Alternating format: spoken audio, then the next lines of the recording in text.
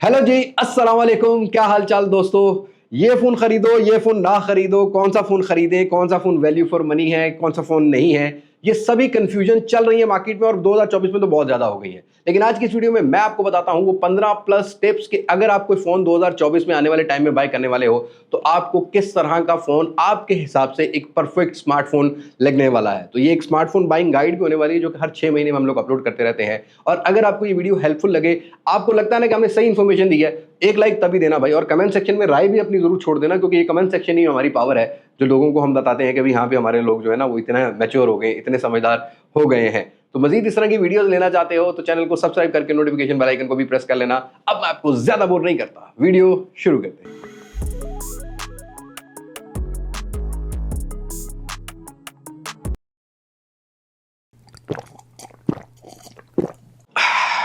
अब ये टिप्स मैंने तो पी ली है, आपने भी पी लेनी है, टाइम स्टैम्प अवेलेबल है, जरूर देख लेना। वेल दोस्तों, वीडियो स्टार्ट करते हैं। टिप नंबर 1, पहले तो आपने ये डिसाइड करना है ना कि आप किस टाइप के यूजर हो। अब पाकिस्तानी मार्केट की अगर आप बात करते हो, वैसे पाकिस्तान जैसे कंट्रीज जिनकी भी बात करोगे उसमें आपको दो टाइप के बायर नजर आते हैं, दो टाइप के इंटरेस्ट शो करने वाले लोग नजर आते हैं। एक वो जिन्होंने बॉक्स पैक फोन लेना है और एक वो जिन्होंने यूज फोन लेना है। अब बॉक्स पैक फोन वो लोग लेते हैं जिनको थोड़ा लॉन्ग लाइफ जराना एक्सपीरियंस चाहिए, जिनको ट्रस्ट इश्यूज होते हैं कि यार यूज़ के ऊपर इतना अच्छा नहीं है, मतलब नया फ़ोन 1.5 2 साल 3 साल चल जाता है, अम्मा अब्बा को लेके देना है, बीवी बच्चों को लेके देना है, मतलब किसी को भी लेके देना है, तो नए फ़ोन पर उनका ट्रस्ट होता है तो वो नए को ही सोचेंगे, उनको यूज़ को सोचने की ज़रूरत नहीं है। लेकिन आजकल जो टीनेजर्स लोग हैं या यूथ जो है ना, उनके माइंड में एक चीज़ घुस गई है कि भाई अब हमें हार्डवेयर अच्छा चाहिए, डिस्प्ले अच्छा चाहिए, कैमरा चाहिए, because they want to capture their memories, और उनको चाहिए गेमिंग अच्छी, तो वो यूज़ या किट फ़ोन की तरफ जाते हैं। और अनफॉर्चुनेट पाकिस्तान की मार्केट में टैक्सेस की वजह से नए फ़ोन्स बहुत ज़्यादा महंगे हो गए हैं। और उसी तरीके से अगर यूज़ और किट फ़ोन्स की बात करोगे तो इसमें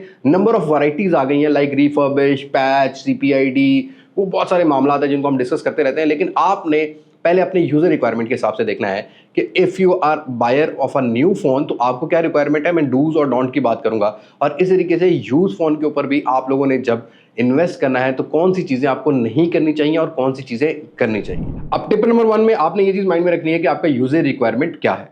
अब बात करते हैं पहले नए फ़ोन्स के बारे में। नए फ़ोन्स के जो बायर हैं उनको क्या नहीं करना चाहिए। तो सबसे पहले, don't be a fan boy. किसी भी ब्रांड के प्रॉपर एक फैन बॉय मत बन जाओ, क्योंकि मुझे लगता है कि पाकिस्तानी मार्केट में एक फोबिया बहुत ज़्यादा है।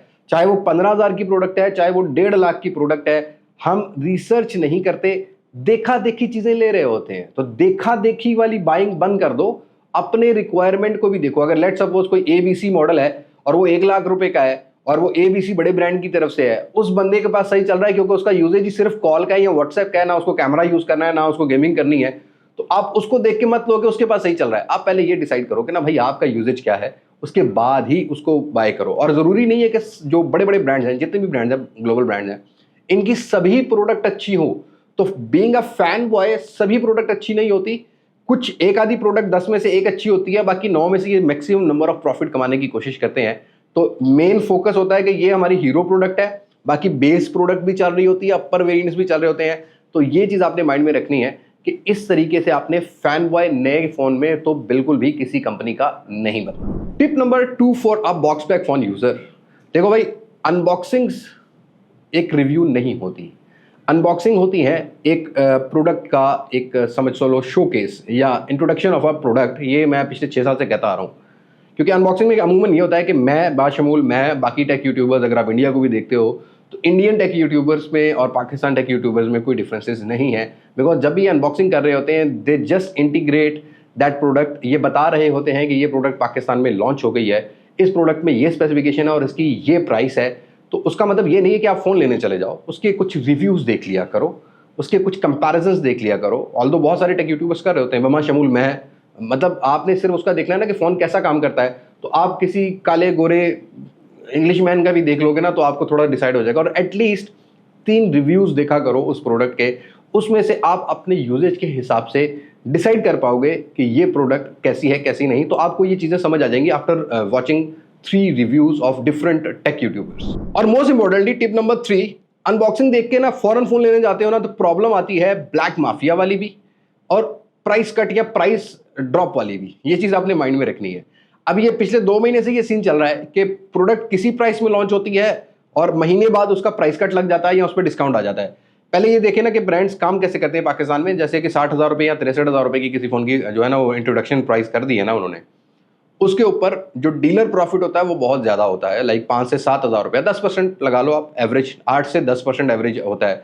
वो आपको ऑफलाइन मार्केट में डिस्काउंट भी ऑफर कर रहे होते हैं। लेकिन जब भी कोई अनबॉक्सिंग वीडियो आती है ना और आप फौरन से धावा बोल देते हो ना, तो वो प्रोडक्ट शॉर्ट हो जाती है। तो उसमें ब्रांड भी इन्वॉल्व होता है कि प्रोडक्ट सप्लाई उसकी पूरी नहीं है, और जो डीलर्स हैं उसको ब्लैक में बेचने लग जाते हैं। और ये पिछले 2-3 4-5 माह 8 माह पहले भी हमने देखा है। इन्फिनिक्स की, टेक्नो की, रेडमी की जब ये सप्लाई पूरी नहीं थी तो वो प्रोडक्ट ब्लैक माफिया वाले इनवाइस रेट से भी 5-5, 7-7 हज़ार रुपया ऊपर बेचते रहे, इवन 10-10, 15-15 हज़ार भी ऊपर बिकती रही है। तो से नो टू ब्लैक माफिया। अगर कोई भी किसी भी ब्रांड की प्रोडक्ट ब्लैक रेट में मिल रही है, ओवर प्राइस मिल रही है, अपनी इनवाइस रेट पे जो डिस्काउंट देना था उन्होंने वो डिस्काउंट भी नहीं दे रहे और ऊपर पैसे चार्ज कर रहे हैं, भाई कोई मसला नहीं है, थोड़े दिन रुक जाओ, उसका बाइकआउट कर दो, वो खुद ब खुद ही रिवर्स गियर पे लग जाएगी। जब वो बिकेगा नहीं तो ये डीलर को टेंशन हो जाएगी, मेरा पैसा रुका हुआ है, तो ये आपको खुद ब खुद फोन करके चाय भी पिलाएगा, बोतल भी पिलाएगा और आपको सस्ते पैसों में फोन भी देगा। तो ब्लैक माफिया, ब्लैक मार्केट में कोई फोन नहीं खरीदना। दैट डजंट मीन कि वो फोन बहुत ज्यादा डिमांड में है तो शॉर्ट है, नहीं। वो सिर्फ और सिर्फ कुछ लोगों की मोनोपोली की वजह से या कुछ लोगों की नेग्लिजेंस जो फॉरन लेने चले जाते हैं उनकी वजह से ये प्रॉब्लम आती है कि सप्लाई पूरी नहीं हो रही होती है और प्रोडक्ट बहुत तेजी से शॉर्ट हो जाती है मार्केट में, तो फिर वो उसको ब्लैक में बेचा जाता है। तो ब्लैक मार्केट माफिया से भी नहीं लेना। और हाँ, थोड़ी सी जो नई प्रोडक्ट लॉन्च होंगी ना अगर आने वाले टाइम में, 1-1.5 महीना वेट कर लो, थोड़ा सा प्राइस कट लग जाता है। जब ये चीज़ें नहीं बिक रही होती, ब्रांड्स को भी टारगेट्स पूरे करने होते हैं, डीलर्स को भी टारगेट्स पूरे करने होते हैं, तो प्राइस कट लग जाता है। तो you have to wait for a price cut and don't buy any product in black market. और मोस्ट इंपॉर्टेंटली भाई, पाकिस्तान जैसे कंट्रीज का सबसे बड़ा प्रॉब्लम, वो तेरा फोन वेखदा बहुत चंगा, मतलब लुक वाइज बड़ा चंगा है ब्रो, लुक में कुछ भी नहीं रखा। लुक तो मेकअप से सभी की अच्छी हो जाती है। कभी शादी के 3-3, 4-4 दिन बाद पता लगता है कि है क्या सीन प्रोसेसर स्लो है, खाना सही नहीं बनाती। तो ब्रो शादी करने से पहले ना उसके फंक्शन चेक किया करो। मतलब ये शादी हो रही होती है ना, पैसे दे रहे होते हो आप, तो मामला बन रहे होते हैं, दोस्तों को ट्रीट भी दे रहे होते हो, तो भाई डिजाइन को चाटना है। ठीक है, डिजाइन अच्छा आ गया, दैट डजंट मीन कि that phone is value for money. उसके अंदर क्या है, उसकी चीजें कैसी हैं, वो चीजें भी थोड़ी सी एक्सप्लोर कर लिया करो। और ये डिजाइन को तो मत देखा करो, खुद देखा करो किस चीज में कंफर्टेबल हो, किस डिजाइन के साथ कंफर्टेबल हो। और नॉर्मली अगर आप पिछले 4-5 साल में उठाओ ना, कोई डिजाइन में बहुत ज्यादा रेवोल्यूशनरी चेंजेस नहीं आई हैं। मतलब कोई ऐसा नहीं है कि पहले सुनते थे कि वीवो का ड्रोन निकलेगा, ऊपर उड़ेगा और वो तस्वीरें खींचेगा, या पोर्टेबल कैमराज आ जाएंगे, कुछ भी चेंज नहीं हुआ। बस वो पॉपअप कैमरा की लाइफ फौरन खत्म हो गई है। बाकी बैक साइड का डिजाइन, कभी चिपका चिपकी कैमरा मॉड्यूल इधर आ जाता है, कभी इधर आ जाता है। जैसे भी आईफोन की बात आ रही है कि आईफोन 16 सीरीज में अब वो वर्टिकल हो जाएंगे, दोबारा एक्सेस वाले या एक्स वाले सीरीज वाले हो जाएंगे, और वो जो थोड़ा सा रेक्टेंगल शेप दिया गया था वो खत्म कर दिया जाएगा। मतलब ठीक है, डिजाइन इसके अलावा कोई आ भी नहीं सकते इतने इंटरेक्टिव। लेकिन हाँ, आजकल जो ये 1 इंच कैमरा सेंसर लगने लगे हैं, वो राउंडेड शेप में कैमरा, तो एक नई चीज जरूर है, बट दैट डजंट मीन कि सिर्फ डिजाइन देख के चीज लेनी है, थोड़ी बहुत और चीजों को भी एक्सप्लोर कर लिया करो। अब चिपका चिपकी वाले डिजाइन के सीन के बाद जो अगला पॉइंट आता है ना, मोस्ट इंपोर्टेंटली हमेशा से हमारा रहा है कि सभी फोन्स को बाय करने में आपको हमेशा से एक चीज याद रखिएगा, सबसे ज्यादा यूज होता है उस फोन का डिस्प्ले। डिस्प्ले क्वालिटी कैसी है? देखो 35,000 रुपए तक तो एक अगर अच्छा आईपीएस पैनल मिल रहा है ना, वो बिल्कुल एक क्लोज टू नेचुरल वाले थोड़े बहुत कलर्स आपको प्रोवाइड कर देते हैं, कुछ अच्छे पैनल्स होते हैं। बेजल एक्सपीरियंस भी अभी अच्छा कर दिया है, पंच होल डिस्प्लेस भी कर दी हैं। लेकिन 20-25 हज़ार रुपए में आपको 720p डिस्प्ले ज्यादातर कंपनीज ऑफर कर रही हैं। तो अगर आपको 25 से 27 हज़ार रुपए में कोई फोन 1080p रेजोल्यूशन साथ मिल रहा हो तो yes you can invest on it. Wide one L1 की सपोर्ट भी उन फोन में मिल जाती है आपको। लेकिन 30,000 रुपए से ऊपर 720p आईपीएस पैनल 35,000 रुपए तक आपने नहीं लेना। और उसके बाद आपको 35,000 रुपए से लेके ऑनवर्ड्स किसी भी लिमिट में जाएंगे, आपको इजीली एमोलेड पैनल और इन डिस्प्ले फिंगरप्रिंट सेंसर मिल जाते हैं। ये चीज आपने माइंड में रखनी है कि एमोलेड एक्सपीरियंस बहुत बेटर प्रोवाइड करता है। और विद कोई ग्लास जनरेशन अच्छी लगती है ना, गोरिल्ला ग्लास 3, 4, 5, 6, 7, तो वो और ज्यादा एक्सपीरियंस स्मूथ बना देती हैं। 120 हर्ट्ज का स्टैंडर्ड 35,000 रुपए से ऊपर नॉर्मली सभी फोन में मिलता है। इवन 30,000 रुपए से ऊपर 120 हर्ट्ज रिफ्रेश रेट मिलता है, जरा एनिमेशन स्मूदर हो जाती हैं। और ये 20,000 रुपए से लेके आप ऑनवर्ड्स 30,000 तक 90 हर्ट्ज मिल जाता है। तो 60 हर्ट्ज तो लेने की अब इस जमाने में तो तोकी नहीं बनता ना भाई 60 हर्ट्ज, क्योंकि नॉर्मली 90 हर्ट्ज और 120 हर्ट्ज आ गया। 144 हर्ट्ज हमें जो है ना 1 लाख रुपए के अराउंड फोन्स में मिलने लग गए। तो हर्ट्ज ऑब्वियसली अच्छे मिल रहे हैं, बट डिस्प्ले पैनल की क्वालिटी आपने देख लेनी है कि आपको एमोलेड पैनल टॉप प्रायोरिटी पे रखना है। That will give you a better experience if you are buying a phone from above then 35,000 rupees. लेकिन अगर आप 35,000 से नीचे हैं तो अगर किसी फ़ोन का हार्डवेयर अच्छा है, थोड़ा कैमरा बेटर है, तो आपको कोई मसला नहीं। आईपीएस पैनल अगर 1080p रेजोल्यूशन में थोड़ा ट्रू कलर्स वाला मिल जाता है ना, अच्छा वाला मिल जाता है, तो उसके ऊपर आप इन्वेस्ट कर सकते हैं। अब बात करते हैं most importantly RAM ROM hardware. अरे भाई बहुत कंफ्यूजन है इसमें। कंफ्यूजन क्या है कि 30,000 रुपये में भी MediaTek Helio G99 या अल्टीमेट या अल्ट्रा पाकिस्तान का नेशनल हार्डवेयर मिलता है, 80,000 रुपये में भी मिलता है। तो डोंट बी कंफ्यूज। देखो 30,000 रुपये में अगर आपको 30 से 35,000 रुपये में हार्डवेयर मिल रहा है, तो उसमें कहीं ना कहीं आईपीएस पैनल, वो जो कैमरा सेंसर लगाया गया है वो कॉम्प्रोमाइज है, उसकी बिल्ड क्वालिटी कॉम्प्रोमाइज होती है। ऑब्वियसली प्राइस को भी तो एडजस्ट करना है ना ब्रांड ने। दैट डजंट मीन कि वो वही चीज़ें आपको 80,000 रुपये में कोई ब्रांड चेप रहा है, क्योंकि जब आप 70 या 60,000 या 50,000 से ऊपर जाते हो तो जी परफॉर्मेंस लेवल सेम रहेगा। G99 अल्टीमेट अल्ट्रा इन सब का थोड़ा सा ओवरक्लॉक किया जाता है अल्टीमेट को, बट इस नंबर गेम की अल्टीमेट के पीछे मत भागो। आप बाकी चीज़ें देखो कि अगर आपको 50,000 रुपये में कोई ब्रांड ये ऑफर कर रहा है, तो वो एटलीस्ट आपको कोई कर्व डिस्प्ले ऑफर कर रहा है, कोई एमोलेड पैनल ऑफर कर रहा है, कोई फिजिकल डुअल स्पीकर अच्छे क्वालिटी के ऑफर कर रहा है, कोई फास्ट चार्जिंग अच्छी ऑफर कर रहा है, कोई कैमरा में ऑप्टिकल इमेज स्टेबलाइजेशन ऑफर कर रहा है। तो keep it in your mind, that doesn't mean कि MediaTek Helio G99। अब बहुत सारे दोस्त ऐसे हैं शायद नाराज भी हो जाए इस बात के बाद, भाई 35,000 रुपये में या 30,000 रुपये में एक कंपनी प्रोवाइड कर रही है MediaTek Helio G99 अल्टीमेट, क्या इस ब्रांड ने कुछ सस्ते नशे किए हुए 80,000 रुपये में? भाई बाकी चीज़ें भी तो डिपेंड करती हैं। मतलब अगर आप तुम गाड़ी लेने जाते हो, गाड़ी की मतलब मेहरान से लेकर कोई भी दुनिया की गाड़ी हो, 4 टायर ही होते हैं भाई, करोड़ों की गाड़ियां भी हैं, तो उनके कंफर्ट लेवल ज़्यादा किया जाता है, लाइक ठीक है ना, उनके अंदर ऑप्शंस ज़्यादा डाली जाती हैं, उनकी ड्यूरेबिलिटी थोड़ी ज़्यादा की जाती है, उसके अंदर एक्सपीरियंस थोड़ा सा इन्हांस किया जाता है। 4 टायर ही है, इंजन वही 1.5 भी है, 1.3 भी है कई गाड़ियों में, तो वो महंगी भी है सस्ती भी है। दैट डजंट मीन कि वो उस तरीके से compete कर पाएंगी दूसरी गाड़ियां जो सस्ती गाड़ियां हैं, उनमें अगर मतलब 1.5 का कोई 1.3 का टर्बो इंजन है, वो बड़ी EFI गाड़ी उसको भी compete करेगा। तो थोड़ा सा समझना करो कि किस तरीके से चीज़ें मिल रही हैं, बाकी क्या चीज़ें मिल रही हैं। हाँ, हार्डवेयर परफॉर्मेंस बिल्कुल सेम रहने वाली है। ओके, मुद्दे पे आते हैं। MediaTek Helio G99 अल्टीमेट के बाद आपको एक नेशनल प्रोसेसर मिलने वाला है MediaTek Helio G91, जो कि एक ट्वीक वर्जन है MediaTek Helio G90 का। ये चीज़ आपने माइंड में रखनी है, और ये 30-35,000 रुपये में ज़्यादा आएगा। इससे ऊपर अगर आप 4G चिपसेट की बात करते हो, MediaTek के पास यही 4G चिपसेट है, स्नैपड्रैगन के पास 4G चिपसेट स्नैपड्रैगन 685 के बाद नहीं है, स्नैपड्रैगन ने तो बनाने बंद कर दिए हैं। तो आपने ये चीज़ माइंड में रखनी है कि किस फ़ोन पर इन्वेस्ट कर रहा हूँ, इस हार्डवेयर के साथ बाकी चीज़ें क्या मिल रही हैं। MediaTek Helio G99 अल्टीमेट हो या स्नैपड्रैगन 685 हो, अगर मुझे परफॉर्मेंस के लिए चूज़ करना हो तो शायद मैं MediaTek Helio G99 ultimate choose करूँ एज कम्पेयर टू स्नैपड्रैगन 685, क्योंकि स्नैपड्रैगन 685 का ISP या पोस्ट प्रोसेसिंग कैमरा में इतना बेटर नहीं है, परफॉर्मेंस में भी इतना बेटर नहीं है।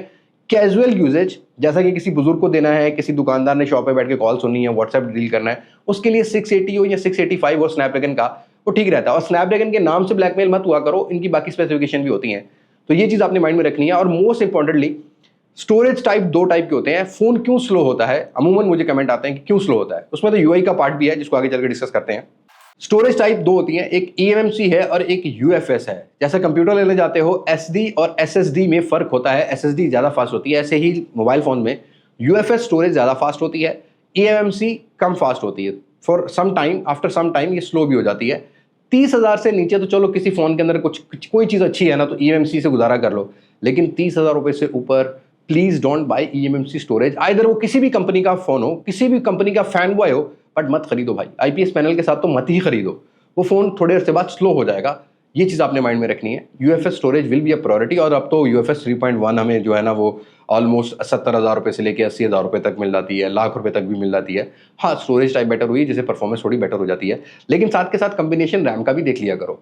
पहले तो भाई डोंट बी कंफ्यूज, ये जो आपको दुकानदारियाँ बहुत सारे डब्बे मैंने देखे हैं जब भी खुला है, 12 GB रैम या 8 GB रैम है ना, तो उसके साथ 8 GB डाल के 16 GB रैम कर दिया है, 12 GB रैम के साथ 24 GB। भाई ये सिर्फ और सिर्फ एक सॉफ्टवेयर गेमिक चीज़ है। किसी भी कंप्यूटर वाले के पास जाओ, वो बताएगा कि भाई आप स्टोरेज की रैम थोड़ी सी यूज़ कर सकते हो लिनक्स ऑपरेटिंग सिस्टम में कोई प्रोग्रामिंग करके। इसी तरीके से मोबाइल में भी वो जो स्टोरेज की टाइप है, अगर UFS स्टोरेज है ना तो उसका रैम एक्सपेंशन यूज़ किया जाता है, स्टोरेज की रैम यूज़ की जाती है।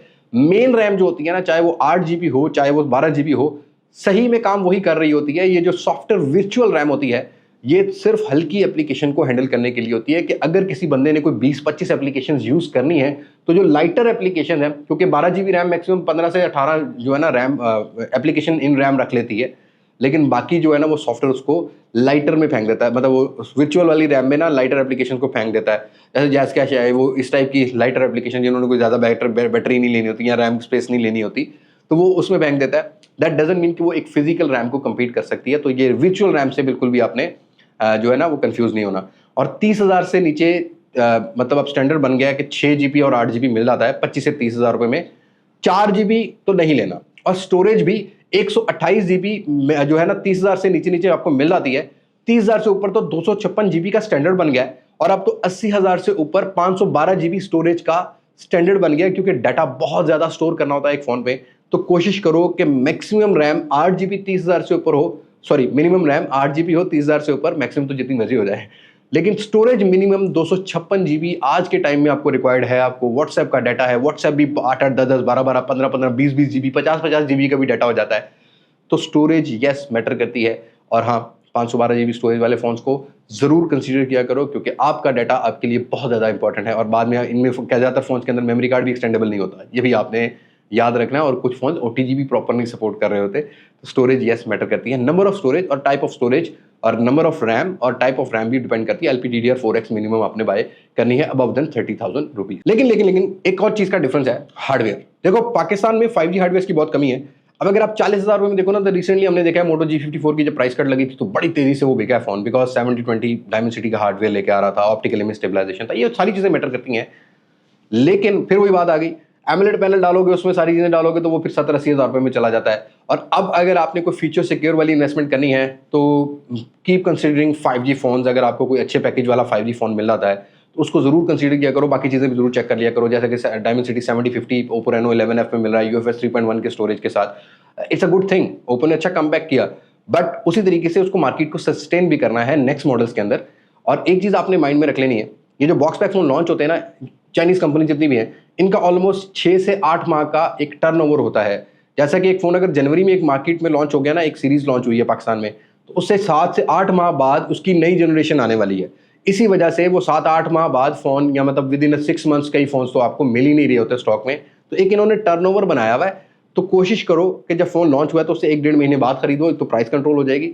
लेकिन पहले थोड़ी सी रिसर्च कर लो, जो चीज़ें मैंने आपको बताई हैं इनको नोट डाउन कर लो, क्योंकि आगे मैं कैमरा गेम की भी बात करने वाला हूँ। तो हाँ, ये चीज़ आपने माइंड में रखनी है कि 6 माह या 8 माह बाद वो मॉडल डिसकंटिन्यू हो जाता है, उससे अगला मॉडल आ जाता है। थोड़ा बहुत चिपका चिपकी लगाई जाती है, बट वो चीज़ें चलती हैं। 2 साल बाद एक्चुअली में एक सीरीज के अंदर प्रॉपर अपग्रेड किया जाता है, 2 साल तक ये इसी तरीके से चलाते हैं। अब आते हैं भाई नंबर गेम। बहुत सारे दोस्त ब्लैकमेल होते हैं, 100 मेगापिक्सल, 200 मेगापिक्सल, 50 मेगापिक्सल, और आईफोन का 12 मेगापिक्सल ज़्यादा बेटर है। देखो आईफोन की जो सेंसर क्वालिटी है, या जो उसकी ISPs हैं, जो उसके हार्डवेयर की कैपेबिलिटी है, उसको तो मुश्किल है मुझे लगता है कि अभी फिलहाल कोई कम्पीट करे। हाँ, ऑल्दो बहुत सारे ब्रांड्स अब लगे हुए हैं, सैमसंग है, बाकी Xiaomi है, चाइनीज ब्रांड्स आते भी हैं, Vivo है, ये बड़े बड़े फ्लैगशिप फोन में तो इंप्रूवमेंट कर रहे हैं। बट अगर मिड रेंज सेगमेंट में देखो ना, तो कुछ स्टैंडर्ड को फॉलो किया जा रहा है। जैसा कि अगर अब मोटरोला की बात करो तो 40,000 रुपये में ऑप्टिकल इमेज स्टेबलाइजेशन, 50,000 रुपये में भी कुछ फोन के अंदर ऑप्टिकल इमेज स्टेबलाइजेशन मिल रही है। या अगर आपको 30,000 रुपये में कोई 50 मेगापिक्सल वाला सेंसर मिल रहा है और लाख रुपए में भी 50 मेगापिक्सल वाला सेंसर मिल रहा है, दैट डजंट मीन कि वो 50 मेगापिक्सल वाला सेंसर लाख रुपए वाले सेंसर को compete करेगा। कुछ कंपनी जब सेंसर लॉन्च करती है ना, तो उनकी भी क्वालिटी रखी जाती है। जैसा कि आप ये मेरे DSLR से वीडियो देख रहे हैं, अब इनमें भी क्वालिटी की जनरेशन होती है। 24 मेगापिक्सल, 26 मेगापिक्सल, इस टाइप के जो कैमरा सेंसर मेगापिक्सल वाले मिल रहे होते हैं। तो ये क्यों अच्छे रिकॉर्ड कर रहे हैं? क्योंकि इनके अंदर एक पीछे पूरा एक हार्डवेयर उतना कैपेबल दिया जाता है। तो मेगापिक्सल काउंट के पीछे नहीं भागना, फोन की कैपेबिलिटीज क्या है। और ये ब्रांड आपको नंबर के पीछे भागते हैं, क्योंकि ये कस्टमर साइकी है। जब भी कोई प्रोडक्ट खरीदने जाते हैं ना, चाहे कुछ भी हो, उसके नंबर गेम के पीछे हमने भागना है। तो don't be confuse on any number game, ये बात माइंड में रखनी। हाँ, वो फोन, वो कैमरा सेंसर कितनी क्वालिटी का है, वो थोड़ा सा एक्सप्लोर आपको करना है। वो रिसर्च से ही आप कर सकोगे, उससे नहीं, या फिजिकल शॉप में जाके चेक कर सकते हो। और एक और चीज, अब 50,000 रुपये से ऊपर ये जो ऑप्टिकल इमेज स्टेबलाइजेशन मिल रही है, ये क्या चीज है? क्या वो 2 लाख रुपए वाले फोन के अंदर भी वही ऑप्टिकल इमेज स्टेबलाइजेशन है? तो नहीं भाई। देखो जो फ्लैगशिप फोन है ना, वो एक प्रॉपर एक गिम्बल टाइप की टेक्नोलॉजी, आप उसको optical image stabilisation Z axis Y axis वाली जो है ना लेके आती है। उनका सेंसर मूव करता है। अगर आप बड़े फोन यूज करते हो तो जब उनको हिलाओगे ना थोड़ा सा, उनके अंदर सेंसर मूवमेंट वाली आपको क्लिक क्लिक मिलेगी। वो चीज़ आपको 50,000 वाले फोन में नहीं मिलती। तो ये जो ऑप्टिकल इमेज स्टेबलाइजेशन हमें 50-60 हज़ार रुपये की रेंज के अंदर मिल रही है, ये थोड़ा बहुत फोटोज को काम करती जरूर नजर आती है। बट अगर आप वीडियोज की बात करोगे तो ये इलेक्ट्रॉनिक इमेज स्टेबलाइजेशन का ही एक नेक्स्ट वर्जन है। फोटोज के लिए ऑप्टिकल इमेज स्टेबलाइजेशन है, लेकिन ऐसा नहीं है कि वीडियोस में उस तरीके से वो ऑप्टिकल इमेज स्टेबलाइजेशन ऑफर कर रहा हो। हाँ, 80-90 हज़ार लाख के अंदर अब बहुत सारे फोन आ गए हैं जो कि प्रॉपर अच्छे हार्डवेयर के साथ, अच्छी कैपेबिलिटीज के साथ भी आ गए हैं। उनको कंसीडर कर सकते हो। लाइक अभी कैमल 30 प्रो की अगर आप बात करते हो, आई एम रियली शॉक कि उसका पूरा का पूरा हार्डवेयर अच्छे तरीके से इस्तेमाल किया गया। फ्रंट 4K 60 FPS हैंडल करता है, back 4K 60 FPS। That doesn't mean कि वो फोन वैल्यू फॉर मनी है, हो सकता है प्राइस कट लग जाए, बट भाई कैपेबिलिटीज डायमेंसिटी 8200 अल्टीमेट जो है ना, बहुत अच्छा हार्डवेयर है। अगर आप 80,000 से लाख रुपए तक किसी फोन को कंसीडर करते हो तो you should have a top priority on this hardware. ये हार्डवेयर स्नैपड्रैगन 6 Gen 1 से बहुत अच्छा हार्डवेयर है, तो यहाँ आपको चीज़ें थोड़ी बेटर मिल जाती हैं। लेकिन वो जो ऑप्टिकल इमेज स्टेबलाइजेशन है ना, वो इन फोन्स के अंदर तो इन हार्डवेयर के साथ थोड़ा अच्छा काम करती है। दैट डजंट मीन कि वो 50,000 वाली जो ऑप्टिकल इमेज स्टेबलाइजेशन है वो लाख रुपए या 2 लाख वाले फोन के साथ compete कर सके। तो keep it in your mind, optical image stabilisation is a number in 50,000 rupees, but after 1 lakh rupees हाँ फोन्स के अंदर ये प्रॉपर मिलती है। जैसे कि मैंने अभी 55 एक्सपीरियंस किया, एक प्रॉपर ऑप्टिकल इमेज स्टेबलाइजेशन है। इसी वजह से सैमसंग के कुछ फोन्स के अंदर क्वालिटी अच्छी मिल रही होती है।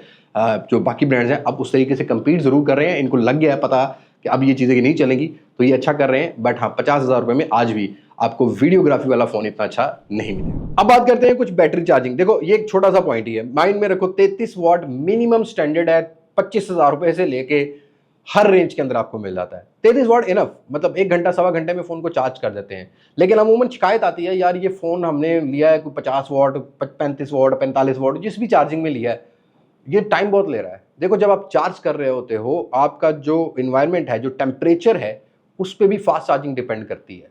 अगर तो वो 30 से नीचे नीचे तो फोन फास्ट चार्ज होता है, लेकिन अगर आप वो 30 से ऊपर वाले टेम्परेचर में लगा रहे होगे तो चार्जर भी हीट हो रहा है, फोन भी हीट हो रहा है, तो उस तरीके से वो प्रॉपर फास्ट चार्जिंग ऑफर नहीं करते। तो मिनिमम स्टैंडर्ड 33 वॉट, इसके बाद आपको 40 मिले, 45 मिले, 80 मिले, 120 मिले, 67 मिले, 63 मिले, जो भी मिले हाँ वो ओके है। मतलब 20-25 मिनट से लेके 120 वॉट और फिर ऑनवर्ड्स आपको आगे 10-10 मिनट का सारी चार्जिंग टेक्नोलॉजी में डिफरेंस मिलता रहता है, वो हम जा बजा डिस्कस करते रहते हैं। तो फास्ट चार्जिंग 30,000 रुपये में मिनिमम 33 वॉट, उससे ऊपर चलने दो। और 20 से लेके 25,000 रुपये में 18 वॉट, मतलब 25 से 30,000 में 18 वॉट मिल जाती है। ये स्टैंडर्ड आपने फॉलो करना है। 10 वॉट की चार्जिंग में ना साबुन स्लो हो जाता है ये बात याद रखना, 10 वोट 2.5-3 घंटे ले जाता है, तो वो एक बजट रेंज स्मार्टफोन के लिए ठीक है, but not for a mid range या मिड लोअर रेंज जो सीरीज होती है, उसके लिए आपने जो फास्ट चार्जिंग है मिनिमम 33 वॉट से नीचे कॉम्प्रोमाइज नहीं करना। और हाँ फास्ट चार्जिंग के साथ 5000 mAh 4500 mAh, पहले तो 45 होता, 5000 mAh स्टैंडर्ड हो गया, लेकिन मैं अब देख रहा हूँ कि वीवो अपने बहुत सारे फोन में 5500 mAh भी डालने लग गया है। तो एक अच्छा स्टैंडर्ड सेट होता जा रहा है बैटरी टाइमिंग को लेकर, क्योंकि अब कंपनीज को ये रियलाइज हो गया कि smartphone is a basic need of every person, he need a battery timing. तो बैटरी टाइमिंग बहुत ऑफर करती है। और ये जो बैटरी टाइमिंग है ना, ये मेरा तकरीबन लास्ट पॉइंट बनने जाएगा, तो इसके आगे थोड़ी सी चीजें बात करेंगे। ये यूआई एक्सपीरियंस है, यूआई भी बैटरी टाइम की बहुत इफेक्टिव होती है। लाइक अगर आप कुछ फोन्स की बात करोगे ना, जैसे इन्फिनिक्स, आईटेल, टेक्नो, इवन कुछ फोन रेडमी की भी है जिनमें एड्स आ रही होती है, तो एड्स जो बैकएंड पर आ रही हैं वो आपकी इंटरनेट कनेक्टिविटी पे आ रही हैं। और ये जो बैटरी टाइमिंग कम मिल रही होती है ना, देखो एक चीज आपने समझनी है, आज से अगर 4 साल पहले की यूजेज की बात करोगे ना मोबाइल फोन के, और आज के यूजेज की बात करोगे, there is hell of difference. अब हमारे पास screen on time average user अगर 50 से 60% मोबाइल फोन यूजर की बात करते हो ना, उनके पास एवरेज उनका डेली यूजेज का 7 से 8 घंटा है। मतलब लोग 2-2 घंटा बैठ के टिकटॉक भी देख रहे हैं, ऐसे भी कर रहे हैं, मतलब ऐसे भी कर रहे हैं, उनका स्क्रीन ऑन टाइम ज्यादा है। तो ये बात आपने माइंड में रखनी है, जितना ज्यादा स्क्रीन ऑन टाइम होगा उतनी कम बैटरी टाइमिंग मिलेगी। फास्ट चार्जिंग देने का मकसद ये है कि फौरन से वो चार्ज हो जाए, तो ये keep it in your mind. हाँ अगर आप एक ऐसे पर्सन हो जिसको सिर्फ व्हाट्सएप यूज करना है या बिजनेस का लेना देना, बाय टूर लगाने जाता है, तो उसके लिए तो भाई 720p वाला डिस्प्ले ज्यादा बैटरी टाइमिंग प्रोवाइड करेगा, क्योंकि वो 720p है ना, 1080p नहीं है, ज्यादा ब्राइटर नहीं है।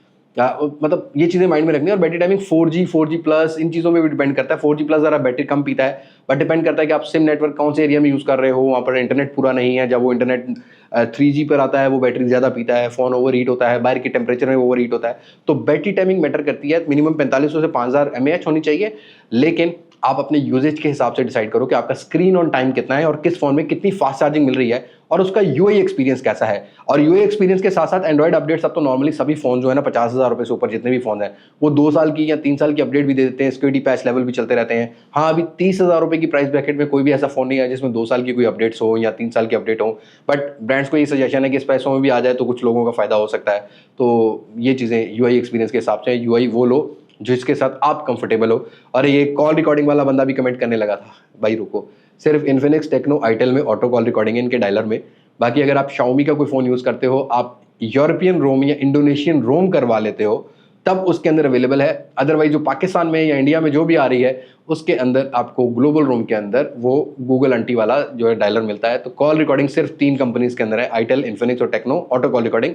बाकी के अंदर है बट वो ऑपरेटर वाली है और सैमसंग के अंदर तो कॉल रिकॉर्डिंग भी कहीं में नहीं आती। तो ये चीज़ आपने माइंड में रखनी है, आपने अपने यूजर्स के हिसाब से डिसाइड करना है। तो आई होप आप अगर नए फोन के यूजर हैं तो आज की वीडियो के बाद ज्यादा कंफ्यूज हो गए, क्योंकि वीडियो बनाने के बाद मुझे भी समझ नहीं आई मैंने क्या बोला है। नहीं ब्रो, जो भी है टाइम स्टैम्प अवेलेबल है, आप तसल्ली से देखो, तसल्ली से नोट डाउन कर लो चीजें लेने। वैसे मैंने तो कोशिश की है कि इन 6 सालों में मैं आपको जितना समझदार कर सकूं नया फोन बाय करने से पहले। लेकिन आते हैं आप उन दोस्तों की तरफ जो भी नीचे कमेंट करने वाले हैं तेरी कोई दुश्मनी है किट फोनों से, तुझे ब्रांड ने कितने पैसे दिए। यार ब्रो, हर चीज पैसा है, मतलब ठीक है, एवरीथिंग हैज अ प्राइस, हर किसी की एक वैल्यू एक प्राइस है।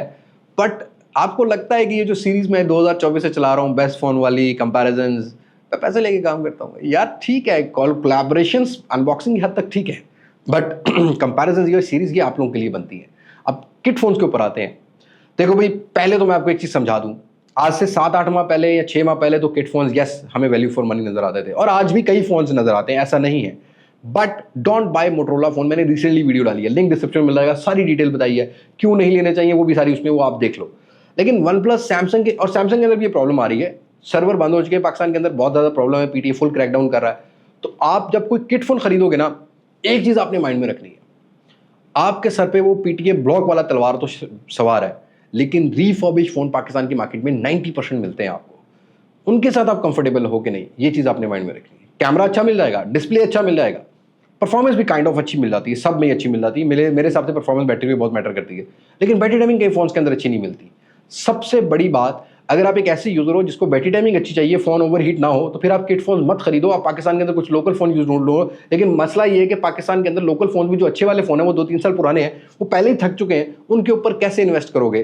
तो डिसाइड करो पहले खुद, यूज फोन के साथ या किट फोन के साथ बहुत सारे कॉम्प्रोमाइजेस आपको करने पड़ेंगे, रीफर्बिश, खुला रिपेयर, इसको मैं आपको कैसे बताऊं कैसे चेक करें, वो तो आप फिजिकल चेक कर सकते हो जाके। तो ये चीजें माइंड में रखनी। हाँ, अट्रैक्शन जरूर है, जैसा कि स्नैपड्रैगन 865 50,000 40,000 35,000 855 मिल जाता है, अट्रैक्ट जरूर करती है, बट भाई बैटरी टाइमिंग बहुत मैटर करती है, पार्ट्स अवेलेबिलिटी बहुत मैटर करती है। तो एलजी के फोन या मोटरोला के फोन ये तो बिल्कुल ही मत खरीदो ना, क्योंकि इनके तो पार्ट्स ही नहीं है, ये तो पैसा जाया वाली बात हो जाएगी अब आके, क्योंकि बहुत सारी चीजें चेंज हो गई हैं। लेकिन वहीं पर जो वन प्लस के फोन है, इनके अंदर मसला नहीं, क्योंकि ये विदाउट सर्वर पैच होते हैं, 1000-1200 में हो जाते हैं। आप अपना कोई एमई लगवा लो। तो उसमें भी कंडीशन देख ली है, OnePlus 770, 70 pro, 70 McLaren edition नहीं लेना भाई, उसमें तो आधे से ज्यादा में शेड है, उनकी लाइफ ही खत्म हो चुकी है, उनके डिस्प्ले की लाइफ, एक डिस्प्ले की लाइफ 18 महीने से 2 साल की होती है, वो ऑलरेडी थक चुके हैं, उनके अंदर कॉपी डिस्प्ले डाल के बेचे जाते हैं जिनकी लाइफ आधी हो जाती है कॉपी डिस्प्ले के अंदर, तो वो तो बाय नहीं करने। One plus 8 single SIM, one plus 9 single SIM नहीं बाय करने, ये सारे रिफर्बिश है, अमेरिकन फोन बहुत ज्यादा रिफर्बिश है, ऑल तो दूसरे भी रिफर्बिश है, हांगकॉन्ग से आ रहे हैं, चाइना से आ रहे हैं। तो रिफर्बिश फोन के साथ आपको सिर्फ परफॉर्मेंस और कैमरा अच्छा मिल जाएगा, किसी के डिस्प्ले में लाइन आ जाएगी। ये प्रॉब्लम वीवो के फोन्स के साथ हो रही है यार, Vivo X80, X70, X70 pro, इनके साथ बहुत ज्यादा मैंने मसले देखे हैं, सैमसंग के भी कुछ फोन के अंदर लाइन वाले देखे हैं। तो बहुत सारे कॉम्प्रोमाइजेस के बाद आपको एक किट फोन मिलता है जो कि आपको लगता है आपके पैसों के हिसाब से वैल्यू फॉर मनी है, लेकिन बैटरी टाइमिंग बहुत मैटर करती है, पार्ट्स बहुत मैटर करते हैं। तो लेने से पहले ये सारी चीजें माइंड में रखना। मैं जा बजा सीरीज अपलोड करता रहता हूँ, which phone should you buy in use or kit phone, वो भी आती रहती है। बॉक्स पैक फोन के बारे में बात करता रहता हूँ, और एक रियलिटी है, जितनी तेजी से बॉक्स पैक फोन आ रहे हैं, प्राइस कट लग रहा है, कहीं ना कहीं 70% यूजर प्रायोरिटी भी वो बन रही है, और हम लोगों ने भी वही काम करना है जो यूजर प्रायोरिटी है। तो नए फोन्स के अंदर आपको वो स्पेसिफिकेशन तो नहीं मिलती जो एक किट फोन में है, बट नए फोन के अंदर वो कंफर्ट जोन आ जाता है जो एक किट फोन में नहीं होता। तो पहले अपना कंफर्ट जोन डिसाइड करो, उसके बाद डिसाइड करो कौन सा लेना है। और गेमिंग वाले बंदे हो तो आपको डब्बा पैक फोन आपको 80-90 हज़ार रुपए में ही कुछ थोड़ा बहुत गेमिंग वाला अच्छा मिलेगा, अदरवाइज उससे नीचे तो आपको बिल्कुल अच्छा नहीं मिलेगा। कैमरा वाले बंदे हो तो आपको इतने ही पैसों में थोड़े बहुत अच्छे फोन मिलेंगे। फोटोज के लिए तो आपको 60-70 हज़ार 80 हज़ार में भी अच्छे मिल जाएंगे, बट वीडियोस के लिए अब आपको एटलीस्ट 90 हज़ार रुपए के अराउंड 80 से 90 हज़ार रुपए का बजट लेके आना पड़ेगा, उसके बाद ही आपको कुछ अच्छे फोन मिलेंगे। और यस, आज भी इस प्राइस सेगमेंट में 1,20,30 हज़ार रुपए में भी जितने फोन बॉक्स पैक अवेलेबल हैं उनके अंदर टेलीफोटो लेंस मिसिंग है, वो हाँ सॉफ्टवेयर के थ्रू 2x पोर्ट्रेट जरूर डाल दिया है, बट बहुत सारे फोन्स के अंदर मिसिंग है, वो पेरिस्कोपिक लेंस मिसिंग है, बट इन फ्यूचर प्रॉबेबली आ जाए तो देखेंगे। बहरहाल इस वीडियो का यही मकसद था कि you have to decide what are you buying, आप किस चीज़ में कंफर्ट हो, किस चीज़ में नहीं हो। जो मेरे पास टिप्स थे मैंने बता दिए, जा बजा हम अपने चैनल पे ये एपिसोड्स अपलोड करते रहेंगे ताकि जितनी आपकी हेल्प हो सके उतनी हेल्प कर सकें। लेकिन आप लोगों से बस एक ही रिक्वेस्ट है, एक ही मुझे लाइक रिक्वायर्ड होता है, और 2 से 3 कमेंट आप हर वीडियो पे ठोक दिया करो अपनी राय के, ताकि मैं ये दिखा सकूं लोगों को या दोस्तों को कि देखो यार लोग मुझ पे कितना ट्रस्ट करते हैं और लोगों को मैंने कितना एजुकेट किया है मोबाइल फ़ोन बाई करने में। तो ये चीज़ मुझे आपकी तरफ से रिक्वायर्ड होती है। सो उम्मीद करता हूँ आप मेरी रिक्वेस्ट मान जाएंगे।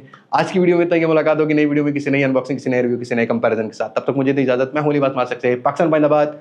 अल्लाह हाफिज़।